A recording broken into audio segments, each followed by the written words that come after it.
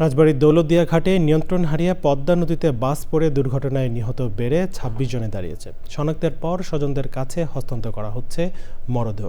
এখনও ঘাট পাড়ে চলছে স্বজন হারানোর আহাজারি। অনেকে নিখোঁজ আছেন। নদীতে নিখোঁজদের অপেক্ষায় স্বজনরা। এখনও চলছে উদ্ধার অভিযান। রাজবাড়ীর প্রতিনিধি খান মোহাম্মদ জহুরুল হকের ভিডিও চিত্রে বিস্তারিত জানাচ্ছেন রফিকুল বাশার। 200-র বেশি সার্ভিস ও ফিচারে লেনদেনের সব বিকাশ অ্যাপে সম্ভব। পদ্মা নদীর শান্ত জলরাশি মুহূর্তেই পরিণত হলো মৃত্যুর ফাঁদে। হৃদয় বিদারক দুর্ঘটনায় শোকের ছায়া নেমে এসেছে পুরো দেশ জুড়ে। স্বজন হারানোর কান্নায় ভারী হয়ে উঠেছে বাতাস। ঘন্টার পর ঘন্টা চেষ্টার পর একে একে উদ্ধার করা হয় নিথর দেহগুলো। প্রতিটি মরদেহ তীরে ভিড়তেই স্বজনদের আহাজারিতে ভারী হয়ে ওঠে চারপাশ। কেউ খুঁজেছেন সন্তানের মুখ, কেউ হারিয়েছেন জীবনের একমাত্র অবলম্বন। নিহতদের পরিচয় শনাক্তের পর মরদেহগুলো স্বজনদের কাছে হস্তান্তর করা হয়েছে।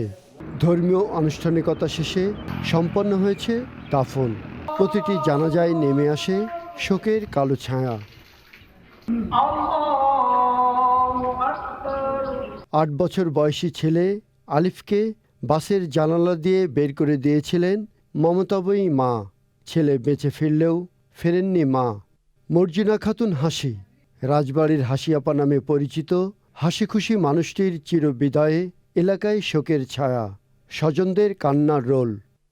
রাজধানীর মোহাম্মদপুর প্রিপারেটরি স্কুল অ্যান্ড কলেজের ৬ষ্ঠ শ্রেণীর শিক্ষার্থী ফাইজা মাহানুর। ঈদের ছুটি কাটিয়ে স্কুলের সহপাঠীদের মধ্যে ফেরা হলো না তার। রাজবাড়ী সদর হাসপাতালের মর্গে সৌম্য আর তার স্ত্রীর মরদেহ শনাক্ত করেছে পরিবারের সদস্যরা। প্রাণ হারিয়েছেন জাহাঙ্গীরনগর বিশ্ববিদ্যালয়ের শিক্ষার্থী আহনাফ তাহমিদ খান রায়ান। সাথে ছিল তার পরিবারের ৩ সদস্য। কোনো রকমে সাথে যারা বেঁচে ফিরেছেন তাদের আহাজারি থামছে না। সড়ক ও নৌপথে নিরাপত্তার জোরদার না হয় এমন দুর্ঘটনা বারবার ঘটছে। যাতে আর কোনো পরিবারকে এমন মর্মান্তিক ক্ষতির মুখে পড়তে না হয় সেজন্য দ্রুত ব্যবস্থা নেওয়ার দাবি সকলে। পদ্মার ঢেউ আজও বয়ে চলেছে, কিন্তু সেই ঢেউয়ে মিশে আছে ২৬টি জীবনের অপূরণীয় ক্ষতি আর অসংখ্য স্বজনের অশ্রু। বাতাস ভারী করে তুলেছে সেই অশ্রু। সেই শোক কাটিয়ে উঠতে সময় লাগবে, কিন্তু হারিয়ে যাওয়া মানুষগুলো আর কোনোদিন ফিরবে না।